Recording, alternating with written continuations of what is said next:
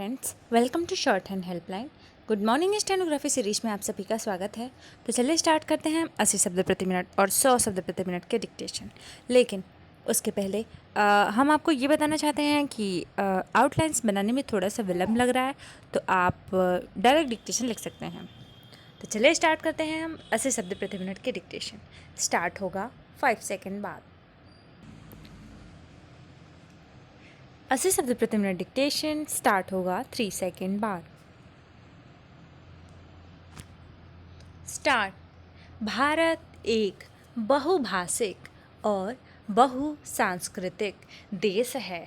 इस नाते सभी क्षेत्रों की अपेक्षाओं का ख्याल रखना सरकार की संवैधानिक जिम्मेदारी है, लेकिन इसके साथ साथ आज़ादी के समय से ही ऐसे उपायों की खोज और उन पर काम लगातार जारी रहा है जो समूचे देश को एक सूत्र में जोड़ सके। इस मामले में अलग अलग स्तर पर राजनीतिक और सांस्कृतिक पहल कदमियों के अलावा भाषा के रूप में हिंदी को एक अहम जरिया माना गया, जो देश के एक छोर से दूसरे छोर तक के लोगों को एक दूसरे से जोड़ने में सहायक सिद्ध हो।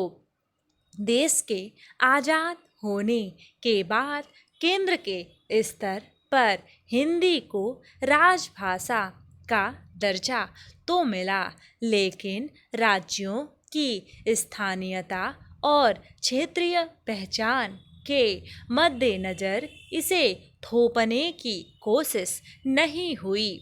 हालांकि यह उम्मीद जरूर की जाती रही कि अलग अलग राज्यों में राजकाज की भाषा को लेकर धीरे धीरे एकरूपता आएगी और इस पर विवाद की गुंजाइश को कम किया जा सकेगा।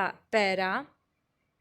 इसी क्रम में जम्मू कश्मीर में राजकाज की भाषा के रूप में हिंदी को भी जगह दिलाने के मकसद से केंद्रीय मंत्रिमंडल ने बुधवार को एक विधेयक को मंजूरी दे दी, जिसके तहत उर्दू और अंग्रेजी के अलावा अब कश्मीरी, डोगरी और हिंदी को भी वहाँ की आधिकारिक भाषाओं की सूची में शामिल किया जाएगा।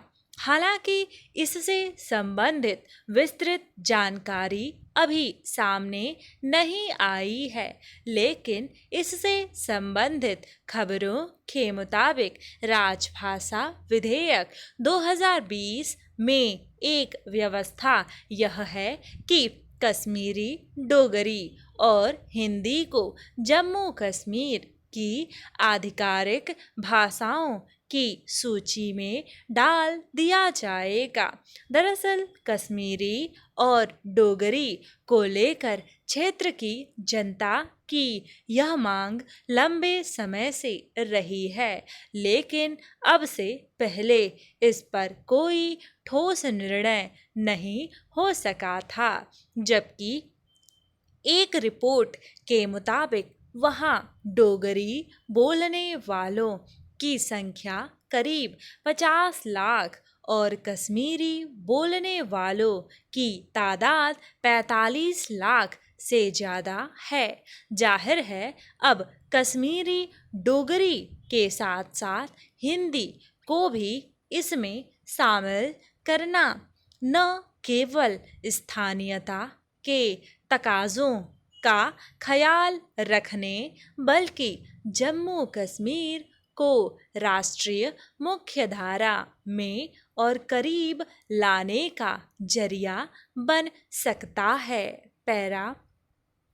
हालांकि इस मामले पर all party Sikh coordination committee की ओर से उठाया गया यह सवाल भी अहम है कि अनुच्छेद 370 के प्रावधानों की समाप्ति से पहले पंजाबी भाषा जम्मू कश्मीर के संविधान का हिस्सा थी, लेकिन जम्मू कश्मीर की आधिकारिक भाषा में पंजाबी को शामिल न करके सरकार अल्पसंख्यक विरोधी रवैया दर्शा रही है।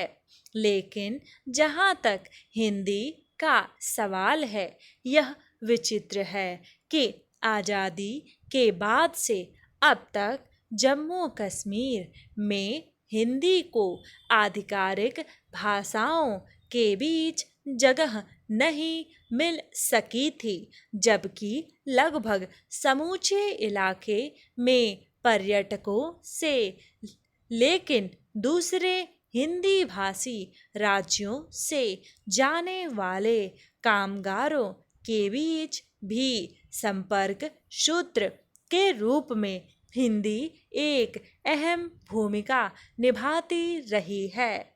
फिर स्थानीय कश्मीरी लोगों को भी हिंदी के इस्तेमाल पर कभी आपत्ति नहीं रही। इस लिहाज से देखें तो अगर हिंदी को कश्मीरी और डोगरी के साथ आधिकारिक भाषा के तौर पर जगह देने की पहलकदमी हुई है, तो यह न सिर्फ हिंदी का दायरा बढ़ाने बल्कि स्थानीय भाषाओं को भी राष्ट्रीय संपर्कों के दायरे में लाने की कोशिश साबित हो सकती है।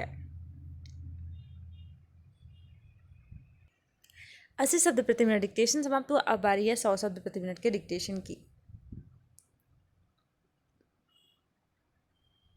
स्टार्ट। भारत एक बहुभाषिक और बहुसांस्कृतिक देश है। इस नाते सभी क्षेत्रों की अपेक्षाओं का ख्याल रखना सरकार की संवैधानिक जिम्मेदारी है, लेकिन इसके साथ साथ आज़ादी के समय से ही ऐसे उपायों की खोज और उन पर काम लगातार जारी रहा है जो समूचे देश को एक सूत्र में जोड़ सके।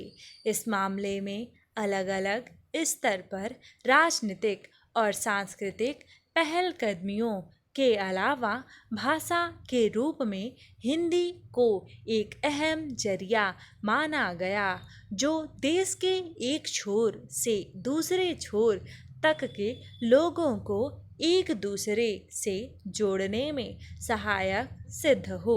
देश के आज़ाद होने के बाद केंद्र के स्तर पर हिंदी को राजभाषा का दर्जा तो मिला, लेकिन राज्यों की स्थानीयता और क्षेत्रीय पहचान के मद्देनज़र इसे थोपने की कोशिश नहीं हुई। हालांकि यह उम्मीद जरूर की जाती रही कि अलग अलग राज्यों में राजकाज की भाषा को लेकर धीरे धीरे एकरूपता आएगी और इस पर विवाद की गुंजाइश को कम किया जा सकेगा।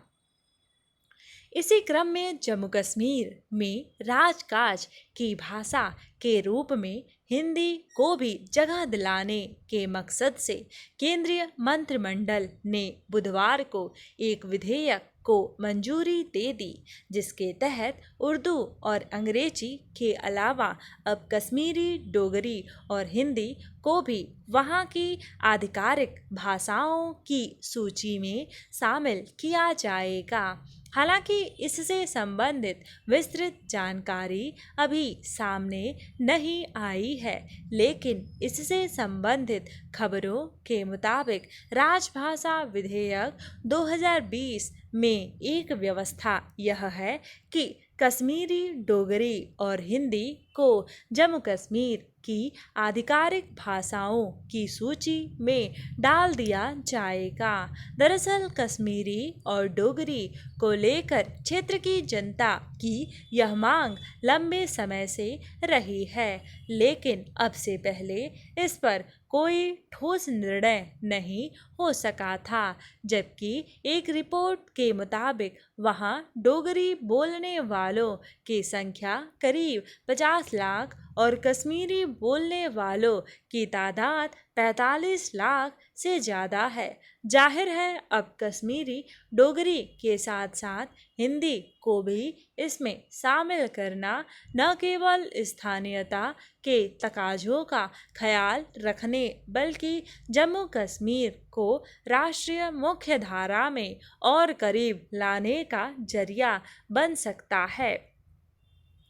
हालांकि इस मसले पर all party Sikh coordination committee की ओर से उठाया गया यह सवाल भी अहम है कि अनुच्छेद 370 के प्रावधानों की समाप्ति से पहले पंजाबी भाषा जम्मू कश्मीर के संविधान का हिस्सा थी, लेकिन अब जम्मू कश्मीर की आधिकारिक भाषा में पंजाबी को शामिल न करके सरकार अल्पसंख्यक विरोधी रवैया दर्शा रही है।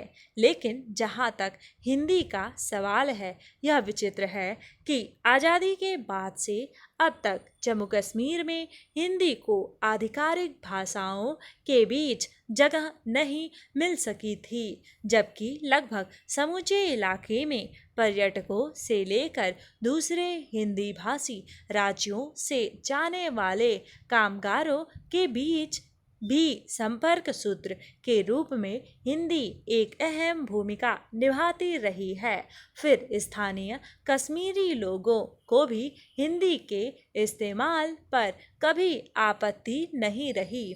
इस लिहाज से देखें तो अगर हिंदी को कश्मीरी और डोगरी के साथ आधिकारिक भाषा के तौर पर जगह देने की पहलकदमी हुई है तो यह न सिर्फ हिंदी का दायरा बढ़ाने बल्कि स्थानीय भाषाओं को भी राष्ट्रीय संपर्कों के दायरे में लाने की कोशिश साबित हो सकती है। डिक्टेशन समाप्त हुआ। आउटलाइंस आपको ग्रुप में दे दी जाएगी। अगर आप हैप्पी स्टेनोग्राफी के मेंबर हैं तो सभी आउटलाइंस के साथ। और हाँ, अगर आप इस डिक्टेशन के अलावा और सारे डिक्टेशन लिखना और टाइप करना चाहते हैं, जैसे कि विषय विशेष इत्यादि डिक्टेशन, वो आप जानते ही होंगे, तो उसके लिए आपको हैप्पी स्टेनोग्राफी की मेंबरशिप लेनी होगी। अगर आप नहीं लेना चाहते हैं तो आप इस जीएमएस सीरीज को लिख सकते हैं। जीएमएस सीरीज स्पेशली एडिटोरियल है, जिसमें एडिटोरियल यानी संपादकीय डिक्टेशन ही दिया जाता है, इसके अलावा कोई और डिक्टेशन नहीं दिया जाता है। मिलते हैं नेक्स्ट वीडियो में। टिल देन अपना ख्याल रखिए। अगर आप कमेंट करेंगे और लाइक करेंगे तो हमें थोड़ा सा अच्छा लगेगा। बाकी आपकी मर्जी। मिलते हैं नेक्स्ट वीडियो में।